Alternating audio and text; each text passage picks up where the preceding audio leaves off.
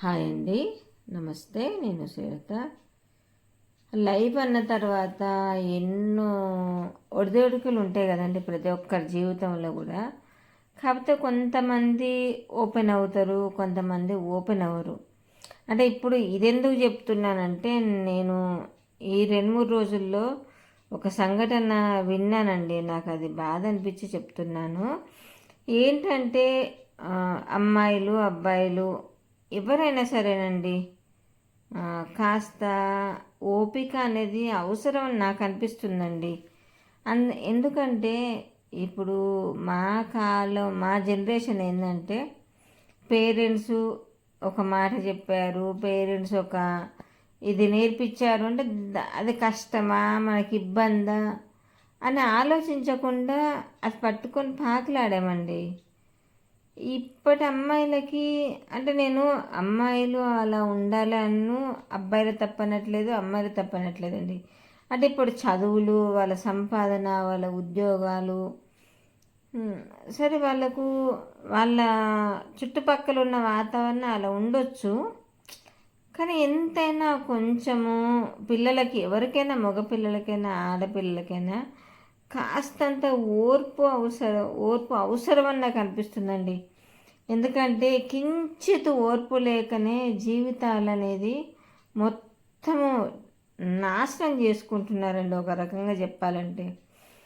కొంచెం ఓర్పు, కొంచెము సహనము, లేదా కొంచెము తల్లిదండ్రి చెప్పిన మాట వినడమైనా, అమ్మాయి అయినా అబ్బాయి అయినా ఎవరైనా సరే కొంచెం వినడం అనేది చేస్తే, వీళ్ళు ఎందుకు చెప్తున్నారు, అమ్మ నాన్న అనుభవంతో చెప్తున్నారు, వాళ్ళు ఎన్ని ఇలాంటి కష్టాలు సుఖాలు చవి చూశారు అనేది కొంచెం పిల్లలు ఆలోచిస్తే కనుక వాళ్ళ జీవితాలు బంగారు భవిష్యత్ అండి. ఎందుకంటే ఒకప్పుడు మా కాలంలో ఇంత పైస లేదు, ఇన్ని సౌకర్యాలు లేవు, ఇంత ఏమంటారు ఫ్రీడమ్ అనేది లేదండి. ఇప్పటి పిల్లలకి అటు పుట్టింట్లో కానీ ఇటు అత్తింట్లో కానీ చాలా ఫ్రీడమ్ ఉందని చెప్పొచ్చండి. చాలా అంటే మా జనరేషన్కి ఇప్పటికీ మాకు ఒక 10% ఉంటే ఇప్పుడు పిల్లలకు 80% ఉందండి. అది అంటే వాళ్ళు కూడా అలా ఉంటున్నారు అనుకోండి, పిల్లలు కూడా ఆ ఉన్నది కాపాడుకోవాలండి. నేను కొన్ని ఇన్సిడెంట్స్ ఈ 2-3 డేస్ నుంచి నా మైండ్లో పోవట్లేదండి. దయచేసి పిల్లలు, మగపిల్లలైనా ఆడపిల్లలైనా కాస్త ఓపిక, కాస్త ఆలోచించండి. అమ్మ నాన్న ఏం చేశారు, ఎలా మెదిలారు, కుటుంబం ఏంటి, కొంచెం ఆలోచిస్తే మీ లైఫ్కు మీరే ఒక బంగారు బాట వేసుకోవచ్చండి. అది మాత్రం నేను 100% చెప్తున్నాను. ఎందుకంటే ఇప్పుడు పిల్లలకి లక్షల్లో సంపాదిస్తున్నారండి, కాదనను. లక్షల్లో చికాకులు కూడా ఉన్నాయండి, రెండు ఉన్నాయి. లక్షల సంపాదన ఉంది, లక్షల చికాకు ఉంది. అప్పట్లో ₹2 వచ్చేది, ₹1 మందమే చికాకులు ఉండేది, కష్టం ఎక్కువ ఉండేది, గంతే. చికాకులు తక్కువ, కష్టం ఎక్కువ.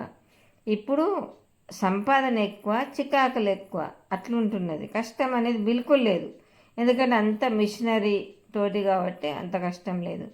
అంటే నేను ఇది ఎవరిని ఉద్దేశించి చెప్పట్లేదండి. కొంచెము ఈ తరం పిల్లలు అర్థం చేసుకుంటారన్న ఉద్దేశంతో దీని వెనుక ఎంత నా మనోభావన ఉందో కొంచెం అర్థం చేసుకోండి. చాలా అంటే చాలా ఒక కుటుంబం సఫర్ అవుతుంది.